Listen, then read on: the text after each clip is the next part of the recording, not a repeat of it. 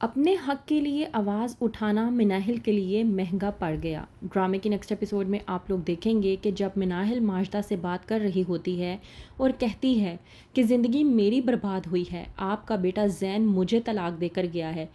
میں وہ ہوں جس کی شادی کچھ دن ہی چلی اور اس کے بعد اس کا شوہر اسے طلاق دے کر اپنی پہلی بیوی کے ساتھ چلا گیا، زندگی میری برباد کر گیا۔ اور میں بہت اچھے طریقے سے جانتی ہوں کہ آپ سب لوگ ملے ہوئے تھے، یہاں تک کہ آپ بھی جانتی تھیں کہ زین پہلے سے شادی شدہ ہے، اس کے باوجود آپ نے میری شادی زین سے کروا دی، آپ نے میری زندگی برباد کی ہے، آپ بھی زین کے ساتھ برابر کی شریک تھیں۔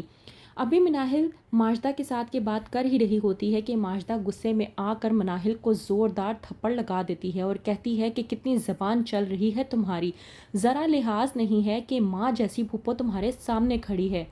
مناہل جو کہ تھپڑ کھانے کے بعد حیران و پریشان ہو کر اپنی پھپھو ماجدہ کی طرف دیکھ رہی ہوتی ہے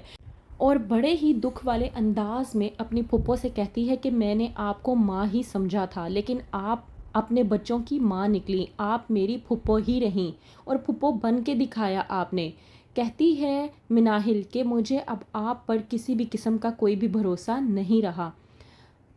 وہیں پر دوسری طرف ولید جو کہ مناہل کو لے کر بے حد پریشان ہوتا ہے، نرگس سے بات کرتا ہے۔ نرگس جو کہ ولید کو تسلی دینے کی کوشش کرتی ہے اور کہتی ہے کہ تم بے فکر ہو جاؤ، میری مناہل سے فون پر بات ہوئی ہے اور وہ ماشاءاللہ سے بہت خوش ہے، تم اطمینان رکھو، پتہ نہیں کیوں تم عجیب و غریب وہم و گمان اپنے دل میں پال لیتے ہو اور مجھے بھی اس وہم میں مبتلا کر لیتے ہو۔ ولید اپنی ماں نرگس سے کہتا ہے کہ مجھے معاف کرنا ماں، پر مجھے ایسا نظر نہیں آتا۔ مناہل کے چہرے سے صاف دکھائی دیتا ہے کہ وہ کسی پریشانی میں مبتلا ہے۔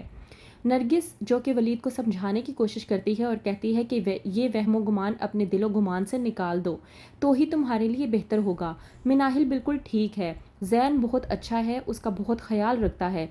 اسے صرف موسمی بخار ہو گیا تھا، وہ بالکل ٹھیک ہے۔ ولید جو کہ اپنی والدہ نرگس کے ساتھ مزید بحث نہیں کرتا اور ان کی خوشی کی خاطر خاموشی اختیار کر جاتا ہے، لیکن اس کا دل اس بات کو ماننے کے لیے تیار نہیں ہوتا۔ وہیں پر دوسری طرف زارا اور کر رہی ہوتی ہیں ماجدہ آپس میں باتیں۔ کہتی ہے زارا اپنی والدہ ماجدہ سے کہ حنان نے مجھے بتایا ہوا ہے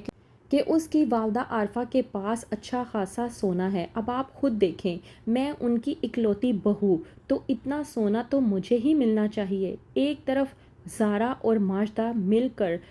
عارفہ اور حنان کو لوٹنے کی تیاریوں میں ہیں، تو وہیں پر دوسری طرف حنان اور عارفہ جو کہ زارا کی پراپرٹی کو حاصل کرنے کی تیاریوں میں ہیں۔ کہتی ہے عارفہ حنان سے کہ تم فکر کیوں کرتے ہو، ہم نے ان سے کہا ہے کہ ہم زارا کے حق مہر میں سونا لکھیں گے تو ہم اسے سونا دیں گے، لیکن کس طرح سے؟ وہ محلے میں ایک پرانی دکان ہے نا چاندی والی کی، اس سے چاندی بنوا کر اوپر سونے کا پانی چڑھوا دیں گے۔ حنان اپنی والدہ عارفہ سے کہتا ہے کہ اس طرح سے تو ان لوگوں کو معلوم ہو جائے گا، لیکن عارفہ حنان سے کہتی ہے کہ ایسا کچھ نہیں ہوگا،